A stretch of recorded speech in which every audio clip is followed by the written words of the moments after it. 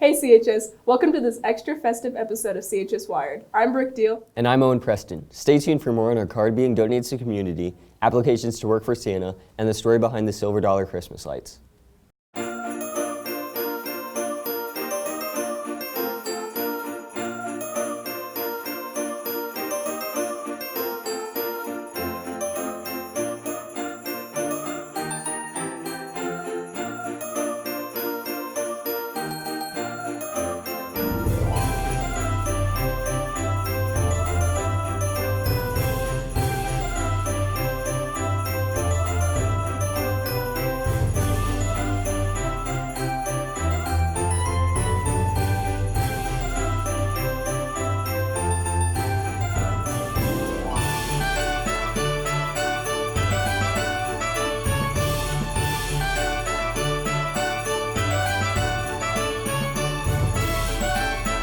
Have you heard of the upside down drummer boy?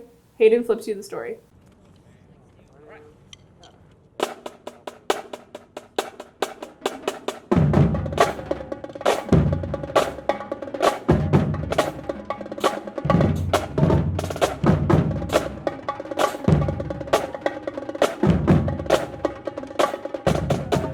Well, the band is basically the music, and Drumline is the show. And we do all sorts of flashes and tricks. I hung upside down and played the drums, but we hold the beat for the band while the band plays, so the band basically stays together while the drumline keeps a steady beat and pace. Drumline practice is basically everybody learning to hold a steady beat while performing different techniques, styles, and learning to play different instruments. There's a lot of repetition and reps. We do things over and over again. There's about 15 members, I'd say, give or take. For CHS, that's a pretty large amount of people to be in a drumline. Based on where you are, it could be, if you were a 4A school, 15 people would be about the average that you would have for a drumline.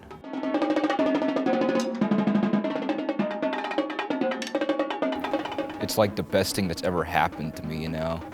Like, I don't regret joining it ever since middle school and stuff. Drumline is, it's basically a family, like any other club or sport that you're in. And this family, it's fantastic to be in because everybody's coming together to share their love for music and for percussion and drumming. And I've seen people from all stereotypical groups come together and play drums and enjoy it together.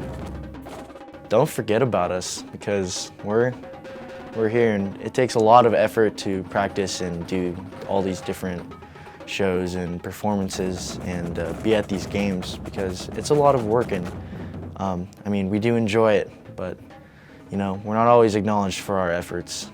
That includes and goes for the band and Mr. French. Tomorrow the band will be playing at the Christmas assembly. Be sure to listen for these guys. I heard they were taking elf applications at the North Pole, but I can't perfectly sing Rudolph. I already know some kids who have you beat. Even Robertson lets us in on what it takes.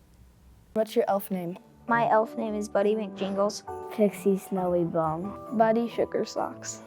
Jolly Glitter Balls. Holly Sleigh Bells.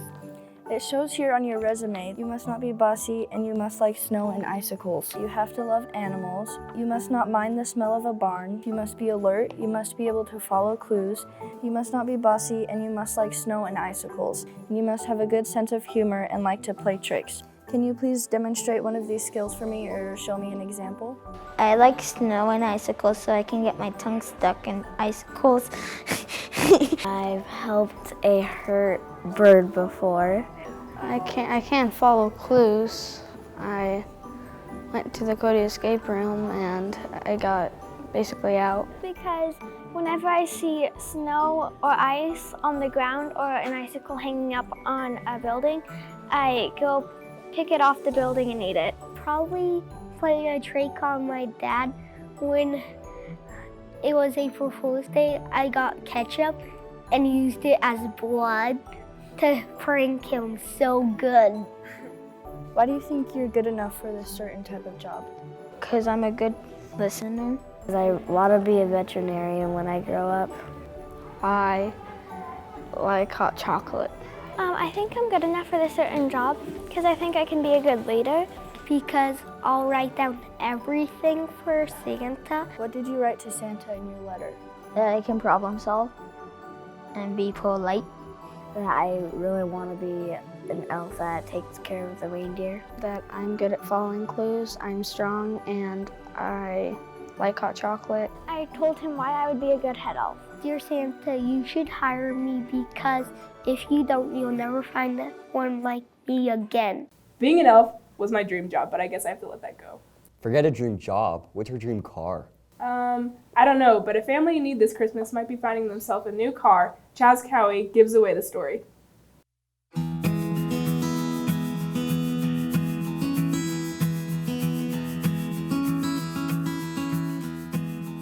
The reason that we're giving away the car this year is because we did move locations. We've been in Cody for 15 years, but we built our own building. And I cannot believe the community outpouring that we had in support of us. Even though we moved, everyone came, supported us. It's been an amazing year. And so we just decided we wanted to really give back to the community. The car that we're giving away is a 2006 Subaru Outback.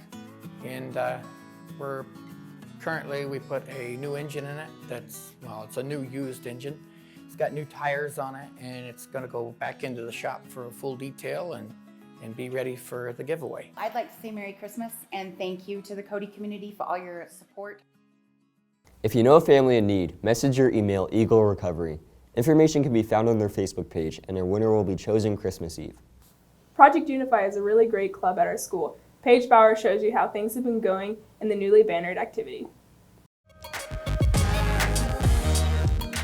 Mrs. Call and I started Project Unify 6 years ago, and we wanted to make the school a more inclusive place. Yeah, when we got the notification that we were a national banner school for Special Olympics, we were over the moon.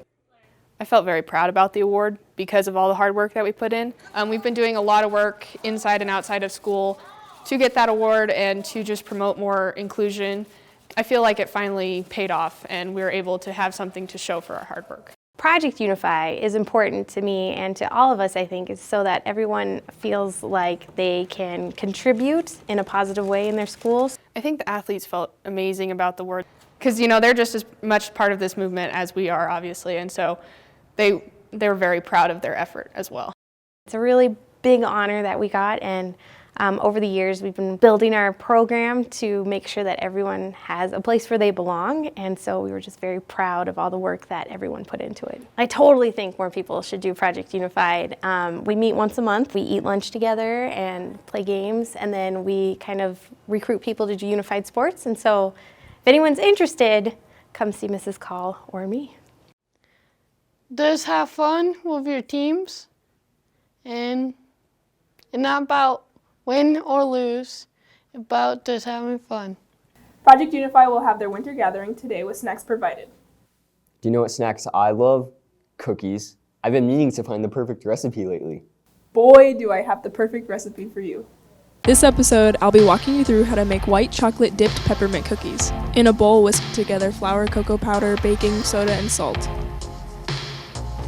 In another bowl, mix together butter, sugar, and brown sugar.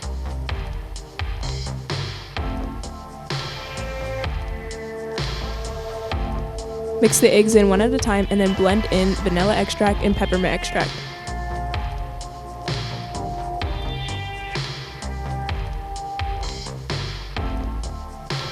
Add in flour mixture and mix just until combined.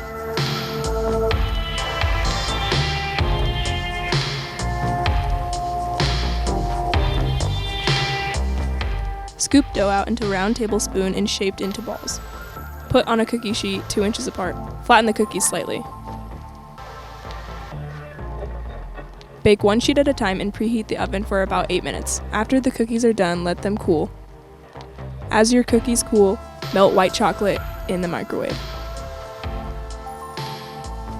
When you have the bowl of white chocolate, dip the cookies in and sprinkle with peppermint bits.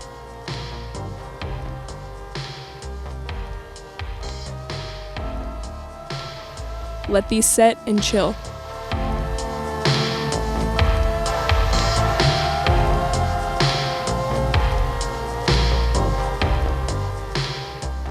Now you have perfect cookies for the holidays. Have a great winter break and happy holidays.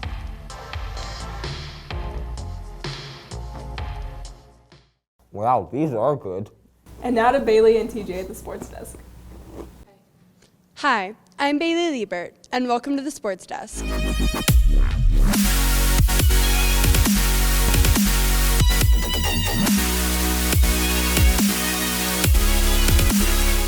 It has already been an eventful start to many of our winter sports this season. After 2 losses, the basketball Cody Phillies defeated Campbell County 56-53 in overtime. For varsity boys, they lost 78-51 to Campbell County. For JV Bronx and Phillies, they finished with all losses. The Phillies host Powell at 5:30 p.m. on Friday. For indoor track, there have been open gyms and official practice will start on January 6. For Bronx swimming, they recently finished their first meet in Powell on Friday with the most points that they have scored in 12 years. They have a much bigger team this year and are excited to kick the season into full swing. For wrestling, they competed in Powell last week, placing 8th. They will also have a duel tonight.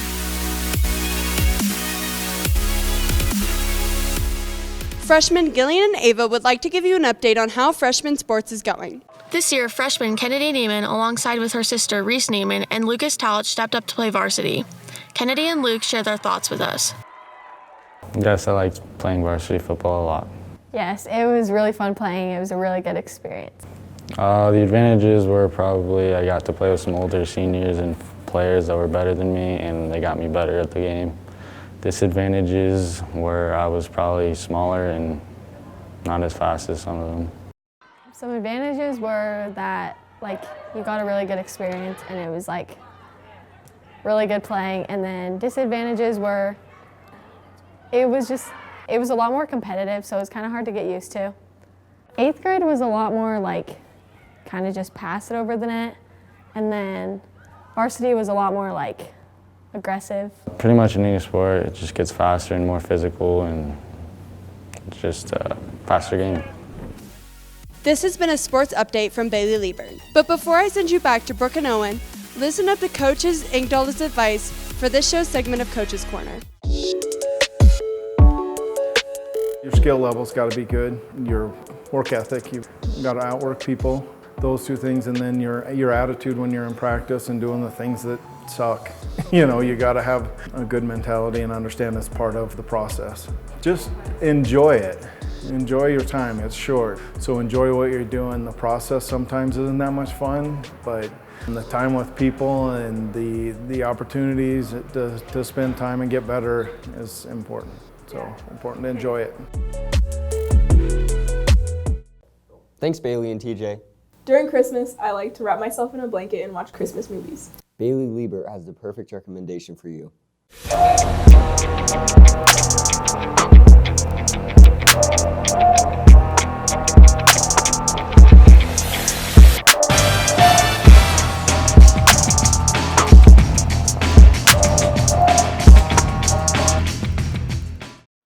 Excuse me, I'm looking for a ham, a hickory honey ham. If there are any left, they'll be right back there. Thank you very much. Merry Christmas.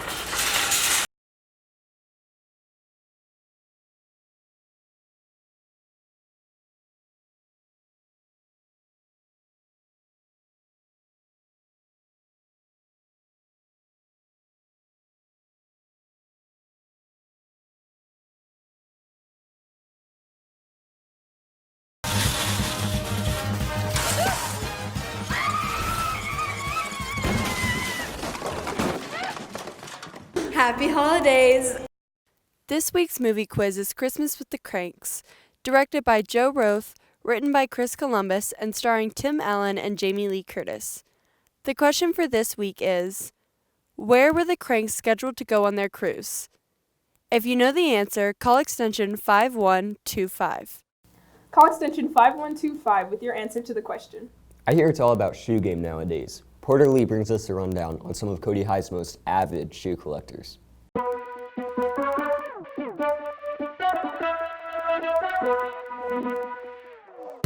The thing that inspired me to collect shoes is just I think they look cool, and it's kind of something that can pass time. I mostly just enjoy having them.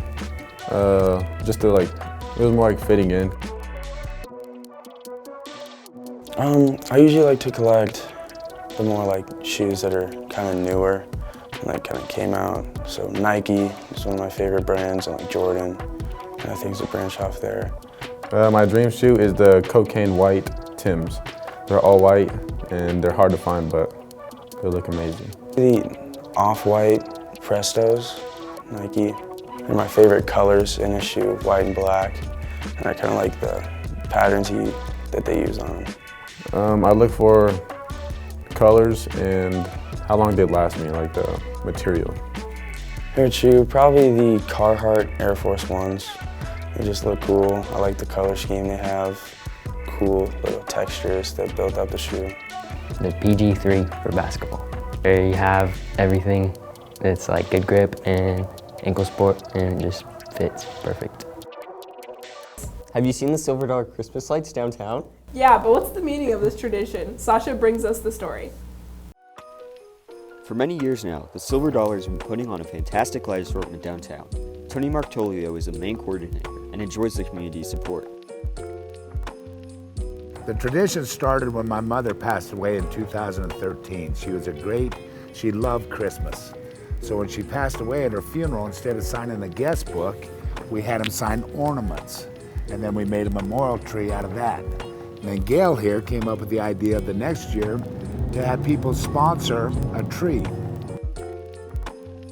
We were sitting across the street one time and Pete and Lynn Simpson were dancing out in front of here.